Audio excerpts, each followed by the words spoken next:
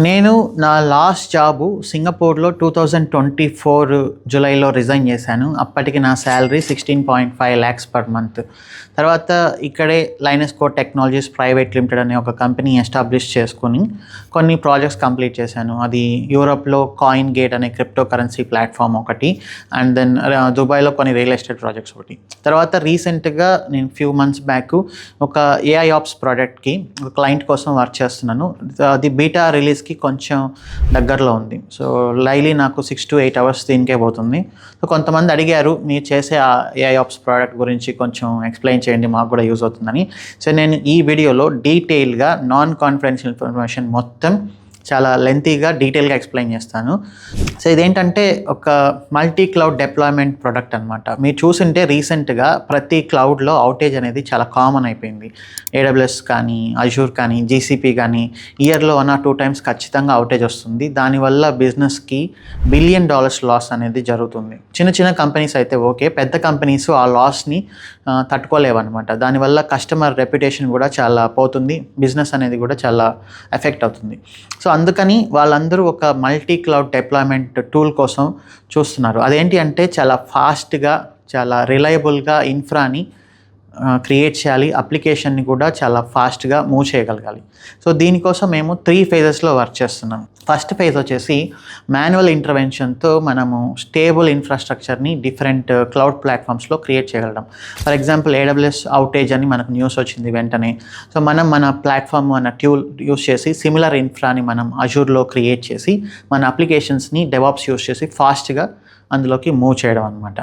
So ఇదేంటి అంటే ఇందులో మనం పులూమి అండ్ దెన్ టెరాఫామ్ చాలా ఎక్కువ యూస్ చేస్తాం. పులూమి అనేది బేసిక్గా డెవలప్మెంట్ రిలేటెడ్ టూలు, అండ్ టెరాఫామ్ అనేది DevOps and cloud engineers use చేసేది. నేను ఇక్కడ టెరాఫామ్లో ఏదైతే యూస్ చేసి నేను ఇంప్లిమెంట్ చేస్తున్నానో అదే మన స్టూడెంట్స్ కూడా నేను ఇక్కడ టీచ్ చేస్తున్నాను. ఇది phase 1 అనమాట. ఈ phase 1 అనేది చాలా ఇంపార్టెంట్, ఎందుకంటే మనము రిలయబుల్గా 100% యాక్యురసీతో ప్రాబ్లం వచ్చినప్పుడు మనం పర్ఫెక్ట్గా క్రియేట్ చేయగలగాలి. ఇందులో టైమింగ్ అనేది చాలా ఇంపార్టెంట్, అందుకే మనం పులూమి అనేది యూస్ చేస్తున్నాం. సో ఇది స్టేబుల్ అయిన తర్వాత ఫస్ట్ డెవలప్మెంట్లో టెస్ట్ చేస్తాం, తర్వాత QA UAT ఇక్కడంతా టెస్ట్ చేసుకొని ఫైనల్లీ ప్రొడక్షన్లో ఒకసారి దీన్ని టెస్ట్ చేస్తాం. బేసిక్గా ప్రీ ప్రొడ్ ఎన్విరాన్మెంట్. ఇది phase 1. phase 1 కంప్లీట్ అయిన తర్వాత phase 2లో ఇదే టూల్ని మనము కంపెనీలో యూస్ చేసే ప్రాంప్టింగ్ టూల్స్తో ఇంటిగ్రేట్ చేస్తాం అనమాట. ఎందుకంటే టైమింగ్ అనేది చాలా ఇంపార్టెంట్ కాబట్టి ఇక మాన్యువల్ ఇంటర్వెన్షన్ అనేది తగ్గించి ప్రాంప్టింగ్తో ఫాస్ట్గా. సో ఇదేంటంటే మన టూల్ డిటెక్ట్ చేస్తుంది AWS ఏమైనా అవుటేజ్ అయిందా, దానివల్ల మన అప్లికేషన్స్ డౌన్ అవుతున్నాయి అని డిటెక్ట్ చేసి అలర్ట్స్ పంపించినప్పుడు వెంటనే మన వాళ్ళు ప్రాంప్టింగ్తో కొన్ని చిన్న చిన్న కమాండ్స్ ఇస్తారు. ఆ కమాండ్స్ టెక్స్ట్ని బేస్ చేసుకొని అది క్రియేట్ చేసేస్తుంది అనమాట. మళ్ళీ అజూర్ డౌన్ అయితే AWS డౌన్ అయితే అజూర్లో ఇన్ఫ్రాని క్రియేట్ చేసి మన డెవాప్స్ ప్రాసెస్ని యూస్ చేసుకొని మొత్తం అప్లికేషన్స్ని as soon as possible move చేసేస్తుంది.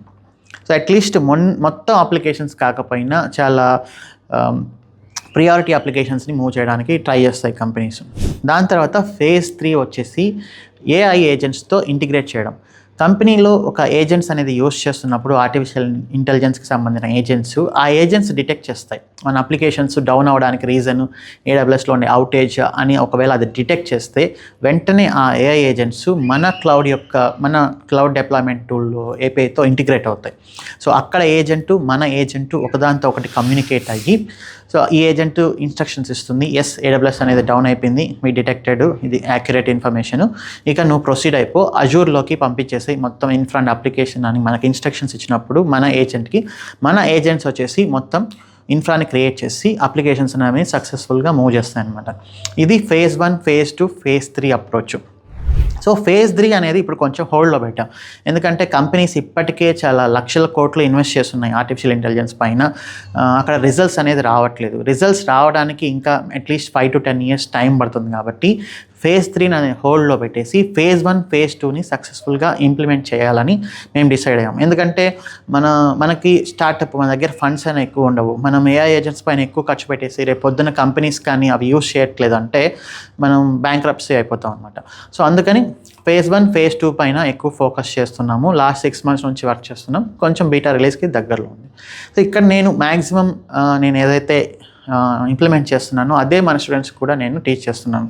సో మీరు ఈ టెరాఫార్మ్ కానీ రిమైనింగ్ ప్రాసెస్ కానీ ప్రాపర్గా యాక్యురేట్గా కానీ ప్రాక్టీస్ చేస్తే చాలా కంపెనీస్ ఇప్పుడు పెద్ద పెద్ద కంపెనీస్ ఇన్వెస్ట్మెంట్ చేసి మల్టీ క్లౌడ్ డిప్లాయ్మెంట్ టూల్స్ని ఇన్ హౌస్ డెవలప్ చేసుకోవడానికి ట్రై చేస్తున్నాయి. సో ఒకవేళ అలాంటి ప్రోడక్ట్లో డెవలప్ చేసే ఛాన్స్ వచ్చినా రాకపోయినా మన దగ్గర ప్రాపర్ స్కిల్ ఉంది అంటే డెఫినెట్లీ ఒక మంచి ప్రాజెక్ట్లో మనకు ఈ క్లౌడ్ ఇన్ఫ్రా అండ్ డెవాప్స్ని డీల్ చేసే ఛాన్సెస్ అనేది చాలా ఎక్కువ వస్తాయి.